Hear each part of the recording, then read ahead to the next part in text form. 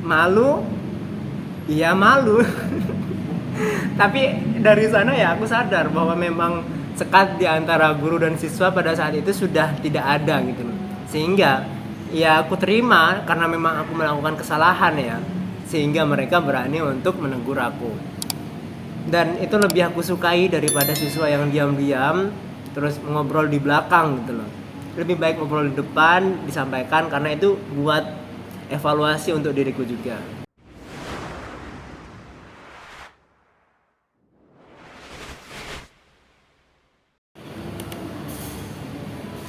Ya semuanya, Assalamualaikum. Selamat datang kembali di video bersama Ham Wahyudi.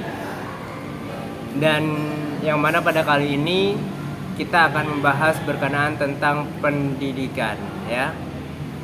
Yang mana pendidikan itu kalau kita ketahui bukan hanya di sekolah, tapi juga ada di rumah, ada di masyarakat. Semuanya kita akan bahas di konten ini. Entah itu nanti yang positif ataupun nanti kita akan juga membahas yang negatif. Tentunya dalam perspektif aku sendiri ya. Dan juga mungkin dari beberapa sumber lainnya juga yang telah aku dapatkan. Entah itu aku baca ataupun aku tonton. Dan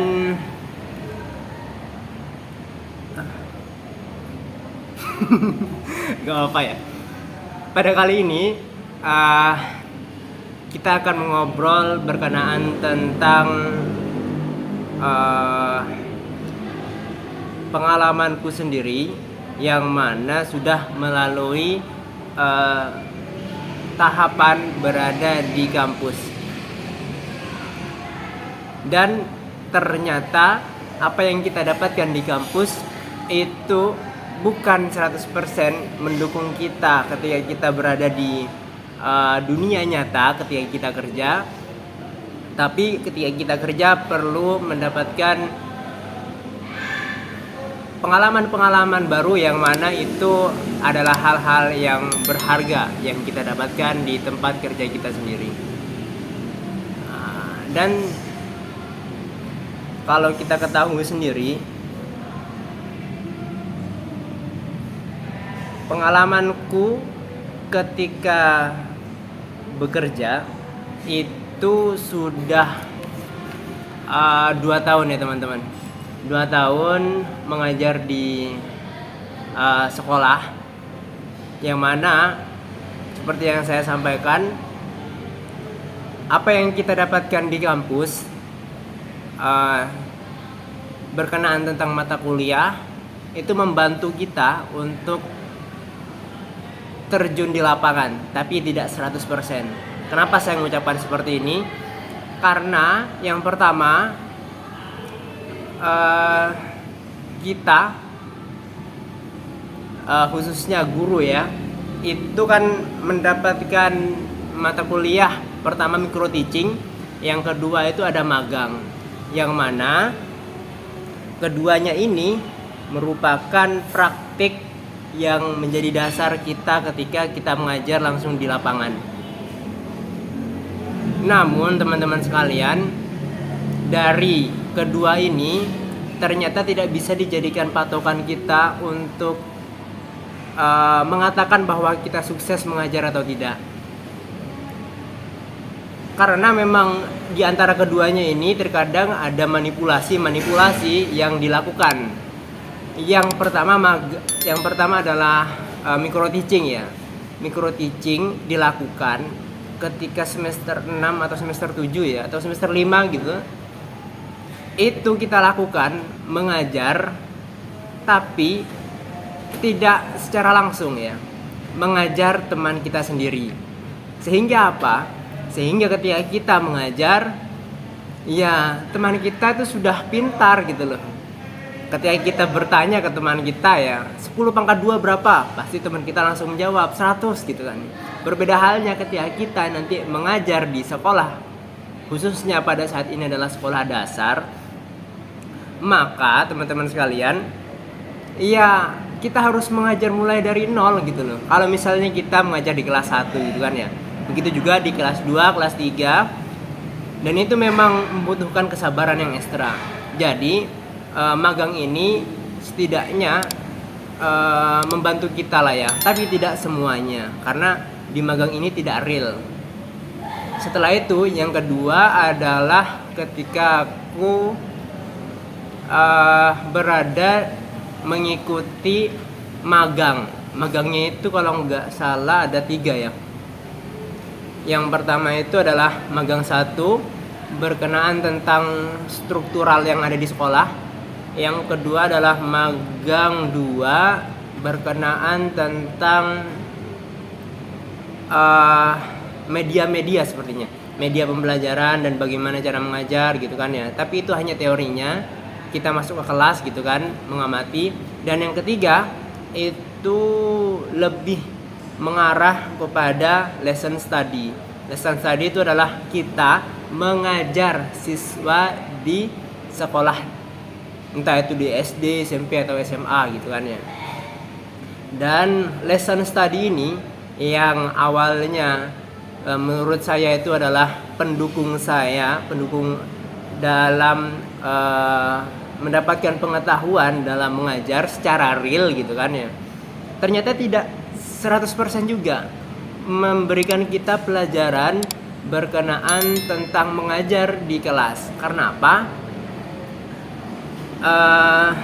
Karena di tempat saya mengajar itu gurunya ternyata ya bertanya kan kepada saya, Mas, mengajar besok materinya apa gitu. Saya jelaskan materinya tentang ini A, B, C, D gitu kan ya. Saya jelaskan semuanya secara umum. Dan ternyata beliau itu langsung mengucapkan seperti ini, oke mas, gak apa-apa, saya ajarkan dulu kepada anak-anak gitu. Ketika saya mendengar itu ya teman-teman, saya merasa senang gitu kan. Oh alhamdulillah, saya dibantu oleh guru senior, yaitu saya dibantu agar nanti ketika mengajar anak-anak itu tidak dari nol gitu kan ya. Jadi sudah diajarkan bagaimana cara menghitung, bagaimana cara perkalian dan lain sebagainya, bagaimana bersikap di dalam kelas gitu kan ya. Ketika ada guru bagaimana. Hal tersebut seperti menyiapkan acara briefing ya, yang nanti yang tampil adalah aku sendiri. Jadi ketika aku tampil, mereka itu sudah punya landasan-landasan yang menurutku itu sudah settle gitu loh. Sehingga ketika aku mengajar ya lancar-lancar saja gitu loh. Tidak ada kendala. Walaupun ada kendala 1-2 kecil saja gitu loh. Tapi berbeda halnya gitu kan ya ketika aku mengajar di sekolah, yang mana di sekolah itu tidak ada briefing terlebih dahulu. Sesungguhnya mengajar itu menurutku pribadi ya, menyampaikan materi itu tidak terlalu sulit karena bisa kita bantu dengan adanya media-media pembelajaran seperti video pembelajaran gitu kan ya, seperti media-media pembelajaran lainnya gitu kan, alat peraga dan lain sebagainya. Menyampaikan itu sebenarnya bisa dikatakan tidak terlalu sulit gitu loh. Yang menurut aku pribadi yang lebih sulit daripada itu adalah bagaimana mengkondisikan siswa agar siap belajar. Karena pada saat itu aku mengajar kelas 3 atau 4, kelas 3 kayaknya ya. Itu aku pertama ngajar tahun 2019 bulan Juni atau Juli Agustus lah, antara bulan segitu aku mengajar di sana. Dan memang tidak sesuai seperti kita melakukan lesson study ketika magang ataupun kita micro teaching di dalam kelas ya. Berbeda sekali gitu loh. Kalau misalnya kita saya merasakannya gitu. Yang pertama memang tidak di briefing oleh guru yang senior. Yang kedua, kita itu tidak punya pandangan bahwa mengajar di sekolah ternyata itu sulit gitu loh. Karena kita sudah terbiasa siswa itu di briefing oleh guru sebelumnya. Paham ya sampai sini kan ya? Sehingga kita itu ya seperti mulai dari berapa persen lah, tidak dari nol juga ya, karena sudah ada landasannya. Seperti kembali lagi ke beberapa persen kita mengajar gitu loh. Dan pengalamanku di awal-awal ya mengajar siswa, mungkin ya ini pengalaman pribadiku ya, bisa kalian dengarkan, bisa kalian gunakan kalau misalnya itu cocok bagi kalian semuanya.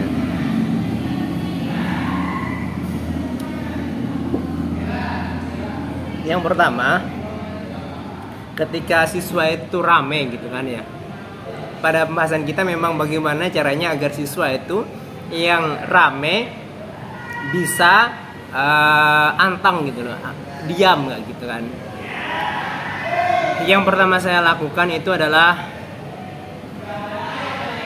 aku ingat pada saat itu siswa sedang rame gitu kan ya. Cara yang pertama yang aku lakukan adalah dengan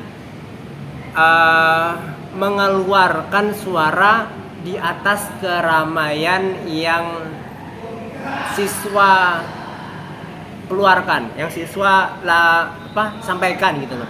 Misalnya suara siswa itu segini ya, jadi suara aku itu harus lebih gitu loh. Sehingga apa? Sehingga mereka itu tidak mendengarkan temannya, tapi mendengarkan apa yang aku ucapkan gitu loh. Jadi begitu. Dan itu efektif sekali kalau menurut saya ya, dalam hal menyampaikan agar siswa itu diam. Tapi ada tapinya ini. Yang kurang di sana adalah yang kurang di sana itu ketika kita bersuara melebihi dari siswa ya. Yang mana siswa itu kan suaranya kan nggak terlalu kencang tapi banyak yang berbicara sehingga terlihat rame. Ya mereka energi yang dikeluarkan kecil gitu loh. Sedangkan kita yang sendiri gitu kan bersuara yang di atas mereka yang banyak, itu yang dikeluarkan energinya besar sekali. Sehingga kalau misalnya kita mengeluarkan suara itu sekali saja, maka itu nggak apa-apa, no problem gitu loh. Tapi kalau misalnya kita mengeluarkan suara 2 kali, bahkan sampai 5 kali atau 10 kali gitu loh, ya kita terforsir tenaganya, energinya hanya untuk teriak gitu loh, hanya untuk menaikkan suara kita agar didengar oleh siswa-siswa itu sendiri. Itu cara yang pertama. Memang efektif, tapi itu tidak bertahan lama gitu loh. Kalau kita sudah capek gitu kan ya, kita tidak bisa melakukan itu gitu loh. Nah, cara yang kedua ini lebih efektif lagi, tidak teriak. Ketika siswa ramai itu kita memanggil satu siswa saja. Maksudnya apa? Maksudnya yang awalnya kita bersuara untuk didengarkan oleh semua siswa, tapi cara yang kedua ini kita bersuara hanya fokus terhadap satu siswa. Jadi kita memanggil siswa itu saja. Manggilnya itu misalnya Mas Andri gitu kan ya. Berarti kayak rame gitu kan ya. Rame, ada yang ngobrol, ada yang berbicara, ada yang main dan lain sebagainya. Kita panggil satu nama saja yang menurut kita itu adalah sumber dari yang paling rame dari yang rame gitu. Misalnya gitu, kita panggil Andri gitu. Maka Andri itu datang. Andri itu mendengar suara kita kan. Ketika dia mendengar, dia terdiam, diikuti oleh teman-teman yang lainnya. Tapi yang saya rasakan itu ketika memanggil satu nama gitu kan ya, Andri gitu, dengan suara yang standar lah ya. Maka yang saya lihat itu memang Andri itu diam dan yang lainnya itu diam. Tapi saya melihat Andri itu bukan terdiam karena dia paham gitu loh. Dia terdiam karena dia merasa takut dipanggil oleh saya. Sehingga mengakibatkan apa? Yang mengakibatkan dia itu tidak semangat lagi untuk belajar gitu loh. Di dalam pelajaran selama itu dia diam memang, tapi tidak semangat lagi. Dan itu mengganggu bagi saya gitu kan ya. Karena memang tugas guru itu bukan untuk menakut-nakuti siswa gitu loh. Tapi bagaimana membuat suasana itu menjadikan siswa nyaman, senang belajar dengan kita. Akhirnya apa? Karena aku merasa bersalah ya, telah membuat siswa takut gitu kan ya. Dan yang aku lakukan itu bagaimana caranya agar dia itu tidak takut kembali, dengan cara mengajak makan ketika waktu istirahat. Nah, ketika aku ajak makan snack gitu kan ya, aku berikan, "Mas, silakan Mas, makan bareng." Dia nanya, "Lupa ini untuk apa?" gitu. "Gak apa-apa, ini anggap saja permohonan maaf Bapak," katanya. Aku ngomong seperti itu. Dari itu ternyata dia itu lebih terbuka terhadap kita. Ketika aku tanya ini, tanya itu, aku kulik gitu kan ya, kenapa dia itu orangnya seperti caper gitu loh di dalam kelas, entah itu ke guru ataupun ke siswa lainnya. Capernya itu adalah membuat rame di kelas gitu. Ketika aku tanya, ternyata dia itu adalah siswa pindahan yang pertama, dan yang kedua, di rumahnya itu dibatasi gerak dia untuk melakukan apa yang dia senangi. Sehingga ketika berada di sekolah, dia itu melampiaskan apa yang kurang di pengalaman sebelumnya, entah itu di sekolah sebelumnya ataupun di rumah. Dari itu aku paham bahwa siswa itu melakukan sesuatu terkadang ada alasan dibalik itu semua. Akhirnya aku menjadi dekat kepada dia, dan sampai sekarang bukan sampai sekarang ya, karena sudah berhenti. Sampai berapa bulan setelahnya, ketika dia menggambar, dia memberikan gambarnya kepada aku, memberikan, "Lihat ya Pak Ilham, ini gambarku," gitu. Sehingga apa ya, memang kedekatan itu terjalin gitu loh. Dan dari kedua cara tersebut aku belajar bahwa yang namanya membuat siswa itu nyaman di kelas, memang terutama dalam hal membuat siswa itu diam ya ketika pembelajaran, adalah dengan cara yang seperti ini. Tapi ini aku dapatkan ya setelah beberapa bulan, bahkan hampir setahun aku mengajar di sana. Pola ini aku temukan. Ketika siswa diam, ketika siswa berbicara, ada yang ngobrol, ada yang bermain, ada yang berlari malahan gitu kan ya. Semuanya itu ramai gitu kan. Yang harus kita lakukan sebenarnya itu secara logika ya, kalau ada suara yang ramai, kita itu ya harusnya tidak mengikuti suara itu, tapi kita harus membuat kebalikan dari apa yang tidak ingin kita inginkan gitu. Kalau suara rame, kita tidak menginginkan rame, kita cari kebalikannya, yaitu kita diam. Dan itu efektif untuk kelasku ya, karena memang yang mungkin ya sebelumnya aku sudah sering makan bareng gitu kan ya, sering memberikan snack tanpa adanya mereka melakukan suatu hal yang besar gitu kan ya. Jadi aku memberi snack langsung gitu loh. Beri snack, dia nanya, "Lupa ini untuk apa?" "Nggak apa-apa, untuk kamu aja," gitu kan ya. "Oh iya, makasih," gitu. Ternyata itu lebih berkesan daripada ketika siswa itu mendapatkan nilai terbaik lalu kita berikan. Ketika itu sudah aku lalui ya, dan itu ternyata efektif sekali teman-teman. Ketika siswa itu rame gitu kan ya, aku itu malah diam, berdiri di depan kelas, tepatnya di depan papan gitu kan ya. Lalu aku diam sambil melihat mereka.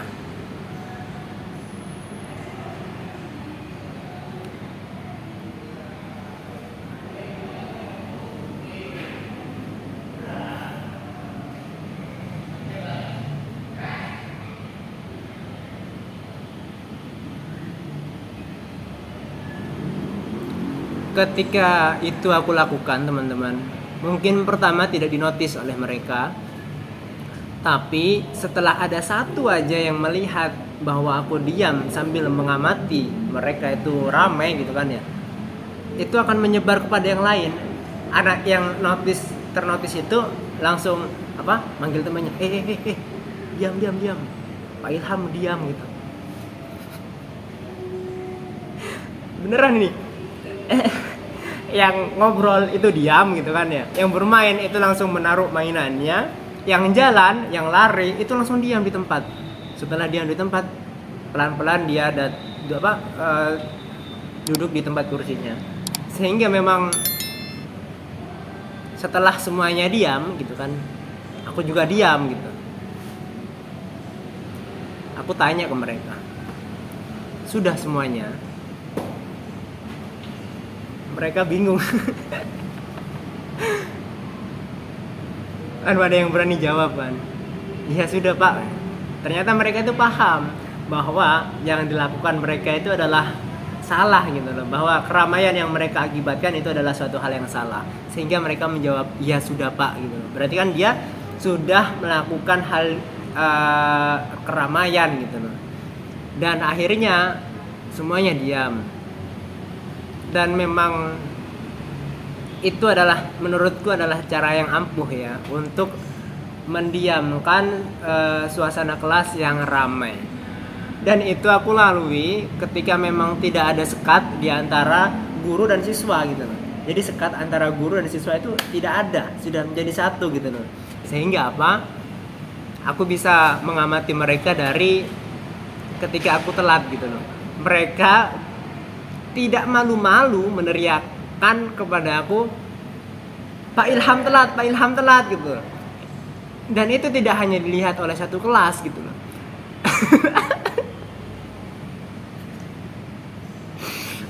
Kejadian itu mereka meneriakiku, Pak Ilham telat.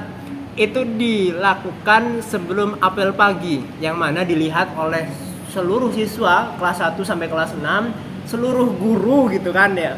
Kelas 1 juga sampai 6, kepala sekolah semuanya melihat gitu kan. Dan dilihat juga oleh orang tua mereka gitu loh. Malu? Iya malu. Tapi dari sana ya aku sadar bahwa memang sekat di antara guru dan siswa pada saat itu sudah tidak ada gitu loh. Sehingga ya aku terima karena memang aku melakukan kesalahan ya. Sehingga mereka berani untuk menegur aku. Dan itu lebih aku sukai daripada siswa yang diam-diam terus ngobrol di belakang gitu loh. Lebih baik ngobrol di depan, disampaikan, karena itu buat evaluasi untuk diriku juga. Memalukan ya. Ya memang begitulah ya. Kalau misalnya kita itu menyenangi apa yang kita lakukan, kita akan have fun di sana. Mungkin itu ya teman-teman video kali ini. Terima kasih kepada semua yang sudah menyimak, semoga terhibur dan jaga selalu kesehatan. Terima kasih juga kepada kalian yang sudah mensupport channel ini. Dan sampai berjumpa di video selanjutnya. Wassalamualaikum warahmatullahi wabarakatuh.